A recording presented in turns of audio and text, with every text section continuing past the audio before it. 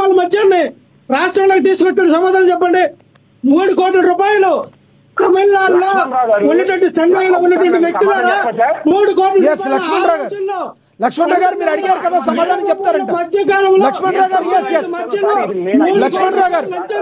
లక్ష్మణరావు గారు మీరు అడిగిన దానికి ఆయన సమాధానం చెప్పండి. అడిగారు కదా, చెప్పండి, అది ఆయన సమయమే. అక్షర్ సత్యం గారు చెప్పండి ప్లీజ్. ఇప్పుడు లక్ష్మణరావు గారు కొత్త వ్యక్తి గారికి ఏదో ఫ్యామిలీ చెప్తుంటారు, అట్లాగా ఆయనకు కొత్త వైసీపీలో ఇమేజ్ కోసం ఊరికే తెగరించిపోతున్నాడు. నేను 40 సంవత్సరాలు చూస్తున్నా తెలుగుదేశం మీద వైసీపీ కానీ లేదా రాజశేఖర రెడ్డి కుటుంబం కానీ చంద్రబాబు నాయుడు గారి కుటుంబం కానీ లేదా చంద్రబాబు నాయుడు కుటుంబం రాజశేఖర రెడ్డి కుటుంబం కానీ ఎప్పుడు కూడా విమర్శలు చేసుకోవడం తప్ప యాక్షన్ తీసుకోవడం నేను చూడలేదు.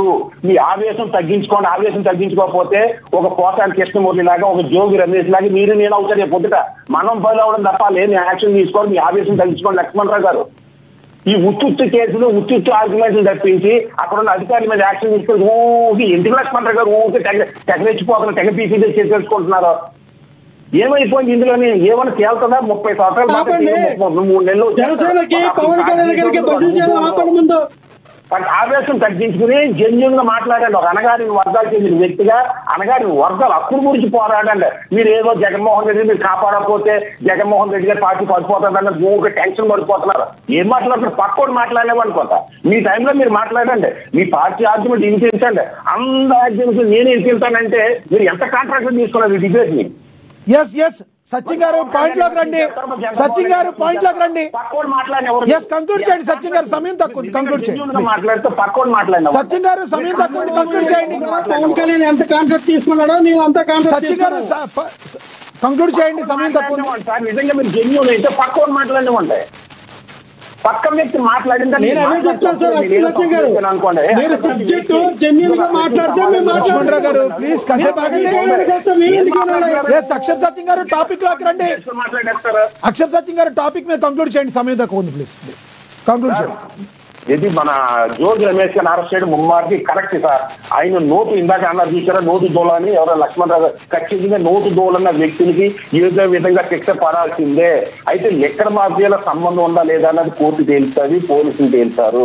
అలాగే జోగి రమేష్ గారి మీద అరెస్ట్ చేసి మా పాత్ర అయిపోయింది అనుకోకుండా జయచంద్రారెడ్డి గారి మీద స్థానిక ఎక్సైజ్ డిపార్ట్మెంట్ మీద, police department, revenue department action తీసుకోవాలి. అలాగే జయచంద్రారెడ్డి గారి సీట్ రిపోర్ట్ చేసిన తెలుగుదేశంలో నాయకుల మీద కూడా యాక్షన్ తీసుకోవాలి.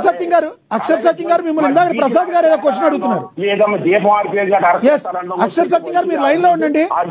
అక్షర్ సత్యం గారు ప్రసాద్ గారు మిమ్మల్ని ఏదో క్వశ్చన్ అడగబోయారు ఇందాక. ప్లీజ్ ప్రసాద్ గారు అడగండి, ఆయన ఏదో అడుగుతున్నారు. ఆయన అడుగుతున్నారు. ప్రసాద్ గారు అడగండి. జోగి రమేష్ గారు ఇప్పుడు నోరు అటదిడంగా మాట్లాడిన వాళ్ళందరినీ అరెస్ట్ చేయాలని సత్యం గారు అన్నారు. ఓకే, యాక్సెప్ట్ చేస్తాను. బట్ సబు సందర్భం లేని కేసుల్లో ఉదాహరణకి లిక్కర్ స్కామ్ లో అరెస్ట్ చేయడం సమంజసం ఎలా జస్టిఫై చేస్తారో నాకు అర్థం కాదు. జోగి రమేష్ గారు అసందర్భంగా మాట్లాడిన మాటలకి అరెస్ట్ చేయాలి, స్టేట్మెంట్ బాగుంది, ఐ యాక్సెప్ట్ సత్యం గారు. బట్ జోగి రమేష్ ఇందులో అరెస్ట్ చేయడం కరెక్టే, కానీ ఆ విషయాల్లో అలా మాట్లాడినందుకు ఆ లిక్కర్ దాంతో ముడిపెట్టి మాట్లాడడం సమంజసం. ఇది చెప్పమనండి ఆయన్ని. అలాగే జగన్మోహన్ రెడ్డి గారు లిక్కర్ బ్యాన్ చేస్తున్నారు, అలాగే చంద్రబాబు నాయుడు గారు ఉన్న బ్యాన్ ని తీసి లిక్కర్ ని ఇంట్రడ్యూస్ చేశారు. ఈ రెండింటికి ఆయన సమాధానం చెప్పమనండి. ఆయన చెప్తున్నారు, కంక్లూడ్ చేయండి సార్. ఇప్పుడు నేను చెప్పింది 2-3 సార్లు రిపీట్ చేశా.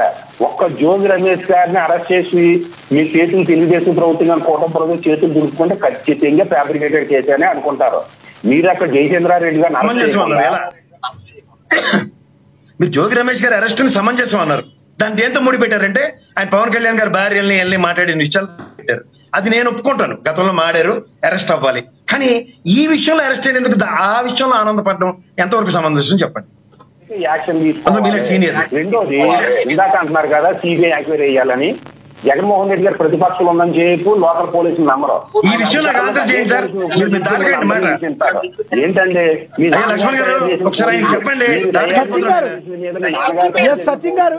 మీ పూర్వపు రెడ్డి పాలకులు మీకు చంద్రబాబు నాయుడు గారు పోలీసులు గారు మీకు నమ్మకం లేకపోతే ఇంకెవరికి నమ్మకం ఉంటుందండి?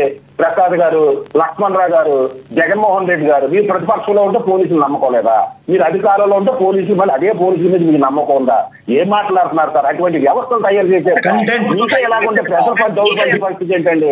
ప్రజలను ఆదుకునే ఎవరంటే మీరు తయారు చేసి మీరు మీకే నమ్మకం లేకపోతే ప్రజలకు ఎక్కడ నమ్మకం ఉంటుంది? ప్రసాద్ గారు మనం ఏ మేనలు ఇస్తున్నారు సార్? ప్రసాద్ గారు మనం ఏమి సత్యం గారు ఒక నిమిషం ఆగండి. అంటేనే ఎస్ పార్టీలో జాయిన్ అయిపోతాం సార్. మాకు అంత అభిమానం ఉంటే మీరు వైసీపీలో జాయిన్ అవ్వండి, నేను టీడీపీలో జాయిన్ అవుతా. మాట్లాడితే మీకు నిష్కలష్టంగా నిష్పక్షపాతంగా విమర్శలు చేయండి, నేను విమర్శలు చేసినట్టుగా. రైట్ అక్షర్ సచిన్ గారు, రైట్ అక్షర్ సచిన్ గారు, థ్యాంక్ యూ అండి మీ యొక్క అమూల్యమైన సమయాన్ని ఇచ్చినందుకు. ఎస్ ప్రసాద్ గారు కంక్లూడ్ చేయండి సార్ ప్లీజ్. సార్ ఇందులో కంక్లూజన్ ఏం లేదు సార్. సత్యం గారు చాలా క్లియర్ గా చెప్పారు. జోగి రమేష్ అరెస్ట్ ని సమర్థించారు, బాగుందన్నారు. కానీ దాన్ని దేనికి అరెస్ట్ చేస్తే బాగుంటుందో కూడా చెప్పారు ఆయన. ఏది పవన్ కళ్యాణ్ గారినో లేదా చంద్రబాబు గారినో లేదా లోకేష్ గారినో అన్న మాటలకి ఆయన నచ్చక అరెస్ట్ అయిపోతే బాగుంటున్నారు. కానీ దీనికి దానికి సంబంధం ఏంటి అంచేత ఆయన అనాలిసిస్ ని ఒకసారి విశ్లేషించి చెప్పమనండి. ఇంకోటి, జగన్మోహన్ రెడ్డి నిజంగా లిక్కరే బ్యాన్ చేస్తుంటే కష్టమే లేదన్నారు. అసలు మహానుభావుడు రామారావు గారు బ్యాన్ చేసిన లిక్కర్ ని వీళ్ళు మళ్ళీ ఎగ్జిక్యూషన్ లో తీసుకొచ్చిన చంద్రబాబు గారి గురించి ఆయన పల్లెత్తి మాట్లాడట్లేదు. ఇది కాంట్రడిక్షనే కదా. ఇప్పుడు ఆయన అంటాడు నన్ను వైఎస్ఆర్సీపీలో జాయిన్ అవ్వమంటాడు, ఆయన వీలైతే తెలుగుదేశంలో జాయిన్ అయిపోతాడట. ఇదంతా బాగానే ఉంది, అది పర్సనల్. ఎందుకు చెప్పండి, ఆల్రెడీ అజయ్ ఉన్నాడు అక్కడ, ఈయన లక్ష్మణ్ ఉన్నాడు, ఇద్దరు అధికార ప్రతినిధులే, మన కళ్ళ ముందు వచ్చిన పిల్లలు. బాగా మాట్లాడితే ప్రసాద్ గారు, రామారావు గారు ఎప్పుడో బ్యాన్ చేశారు, తర్వాత చంద్రబాబు నాయుడు గారు మళ్ళీ దాన్ని తీసుకొచ్చారు. మరి రాజశేఖర్ రెడ్డి గారు ఏమైనా బ్యాన్ చేశారా? చేయలేదు. జగన్మోహన్ రెడ్డి గారు బ్యాన్ చేస్తాను, నిషేధం చేస్తాను, ఆ తర్వాతే ఓట్లు అడుగుతాను అన్నారు. ఏమైనా బ్యాన్ చేశారా? మరి ఓట్లు మరి బ్యాన్ చేయకముందే అడిగారు కదా, అప్పుడు ఏమైనా అడిగారా మీరు ఇవన్నీ? ఇప్పుడు రెండు విషయాలు చెప్తా సార్. ఆయన బ్యాన్ చేయలేదు, నేను ఒప్పుకుంటున్నా. బ్యాన్ చేసి ఓటు అడుగుతున్నారు, అందుకే ప్రజలు కూడా ఓటేసి చూపించారు కదా, 11 ఇచ్చారు కదా, ఆయనకి 175 ఇవ్వలేదు కదా.